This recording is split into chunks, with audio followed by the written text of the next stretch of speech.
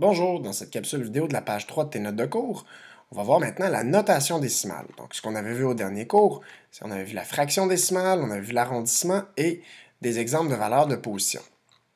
Donc, on va continuer. Pour la notation décimale, un nombre écrit en notation décimale, une notation, c'est une façon d'écrire, donc façon d'écrire avec la virgule, finalement, un nombre avec une virgule. Donc, il peut avoir une partie décimale qui pourrait être finie, donc limitée, et je pourrais avoir une partie décimale infinie. Donc, à l'infini, il y aurait des nombres dans la partie décimale. Quand la partie décimale est finie, il peut s'écrire sous forme d'une fraction décimale, comme on a vu dans la dernière page. Donc, si j'ai par exemple 34 centièmes, ça s'écrit justement 34 centièmes en fraction, 34 sur 100. Si j'ai 2 et 719 millièmes, ça fait 2719 millièmes. Donc 2719 à la position ici, le dernier chiffre des millièmes, donc 2719 millièmes. Donc si la partie décimale est finie, que je pourrais avoir 2 chiffres dans ma partie décimale, ou 3 chiffres dans ma partie décimale, ou 8, ou 12, ou peu importe, c'est un nombre fini que je peux compter, je peux l'écrire sous forme de fraction décimale parce que je peux trouver ma dernière position. Si ma partie décimale est infinie, donc j'aurais, par exemple, 2,719999999 à l'infini, je ne peux pas l'écrire sous forme d'une fraction décimale parce que je ne peux pas trouver la dernière position. Donc, certains nombres ont une partie décimale qui se répète à l'infini, ce sont des nombres périodiques. Donc, par exemple, si je prends 1 et divisé par 7 et que je regarde la partie décimale, ça va me donner 0,142857. 14, 28, 57, 14, 28, 57, 14, 28, 57, comme ça, à l'infini. Donc, ça me donnerait 0,142857 périodique. Donc, ce symbole-là, ici, en mettant une ligne au-dessus, veut dire je répète cette période-là à l'infini. Donc, le 142857 va se répéter comme ça à l'infini. Si je prenais un deuxième exemple, si j'ai 25 tiers, si je l'écris en nombre fractionnaire, ça revient à 8 entiers et 1 tiers. Donc, 8 entiers et 1 tiers, c'est 8,3333333 à l'infini. Mon nombre qui se répète à l'infini, c'est le 3, donc c'est 8,3 périodique. C'est le 3 qui se répète à l'infini, c'est le 3 qui a une petite barre ici périodique.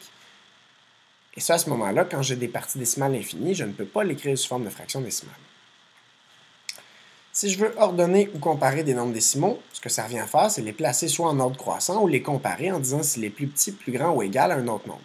Donc, on va d'abord comparer la partie entière, comme on a déjà fait, et si celle-ci est égale, on va comparer les valeurs position par position.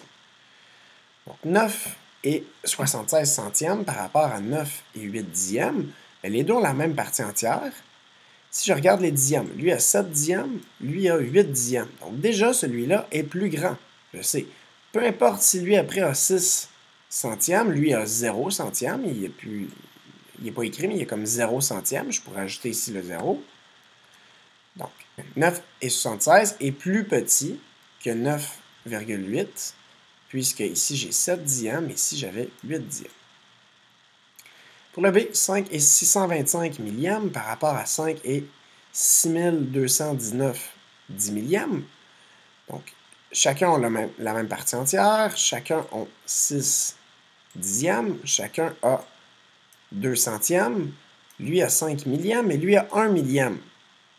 Donc, puisque lui a plus de millièmes, le premier est plus grand que le deuxième. 7 et 5 dixièmes par rapport à 7 et 50 centièmes, ça c'est égal. Je peux rajouter un 0 à la toute fin, ça ne change rien si c'est un 0 à la fin de mon nombre, si c'est dans ma partie décimale. Ça ne serait pas vrai s'il n'y avait pas de virgule, ce ne serait pas vrai que 75 et 750 sont égaux, mais dans un nombre décimal, je peux rajouter un 0. Quand j'en ai pas, c'est juste que ça implique que c'est des zéros, mais que je ne les écris pas. Donc ici, 2 et 44 centièmes par rapport à 2 et 58 millièmes. Les deux ont 2 entiers. J'ai 4 dixièmes, 0 dixième. J'ai 4. Donc déjà, en partant, j'ai plus de dixièmes ici. Donc je peux m'arrêter, peu importe ce qu'il y a après. Je sais que les dixièmes, déjà, il y a plus de dixièmes, donc le premier nombre est plus grand que le deuxième. 5 et 507 millièmes, par rapport à 5 et 6 dixièmes. Mais le premier va être plus petit parce que lui a plus de dixièmes que le deuxième. Que le premier, pardon. Donc le premier est plus petit que le deuxième. 8 et 110 millièmes par rapport à 8 et 1 dixième. chacun a 8 entiers, chacun a un dixième, et lui a un centième que lui n'a pas. Il y a comme 0 centième. Donc le premier est plus grand que le deuxième. 5 et 507 millièmes par rapport à 5 et 6 millièmes, ben, le premier est plus grand puisqu'il a des dixièmes que le deuxième n'a pas. Et on peut aller placer des nombres aussi sur une droite numérique. Donc le nombre le plus à droite, c'est le plus grand. Donc quels nombres sont représentés par les lettres? Ce que je dois faire d'abord, c'est aller trouver mes nombres. Ce sont des bons de combien? Donc, pour faire ça, je vais aller placer ici.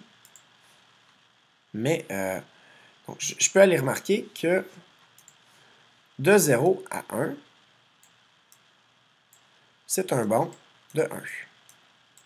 Donc, si j'ai un bon de 1 et que ça se fait en 1, 2, 3, 4, 5, 6, 7, 8, 9, 10 bons.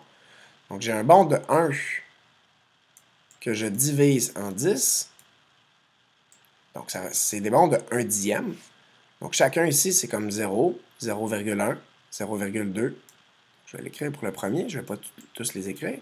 0,1, 1 dixième, 2 dixièmes, 3 dixièmes, 4 dixièmes, 5 dixièmes. Donc, le A ici va être 6 dixièmes. Je vais l'écrire par-dessus. 6 dixièmes.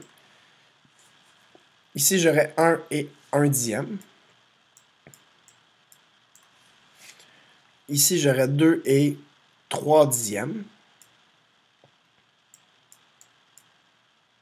Et pour le D, si je suis à gauche du 0, je sais que plus je vais vers la droite, plus ça augmente. Donc, si je vais vers la gauche, ça va diminuer. Donc, ça va diminuer. Chaque bon ici augmentait d'1 dixième. Donc, si je vais diminuer d'1 dixième, donc je vais être à moins 1 dixième. Pour le deuxième exemple, je passe de 1 à 1,1. Donc, j'ai augmenté de 1 dixième. Ce 1 dixième-là a été fait en combien de bons? 1, 2, 3, 4, 5, 6, 7, 8, 9, 10 bons. Donc, j'ai 0,1, 1 dixième, que je dois diviser en 10. Si je fais ma division, 1 dixième divisé en 10, je vais trouver que ça me donne 1 centième. 1 dixième divisé en 10, ça me donne 1 centième. Donc, ce sont des bons de 1 centième. Donc, si j'ai 1, ici, j'aurai 1 et 1 centième. 1 et 2 centièmes, 1 et 3 centièmes, 1 et 4 centièmes. Donc ici, H va être 1 et 5 centièmes.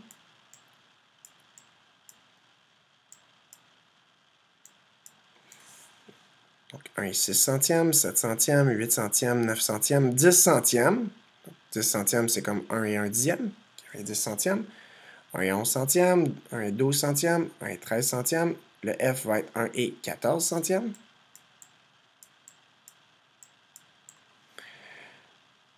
Ici, 1 et 15 centièmes, 16 centièmes, 17 centièmes, 18 centièmes, 19 centièmes, 1 et 20 centièmes, qui est 1,2 ou 1,20.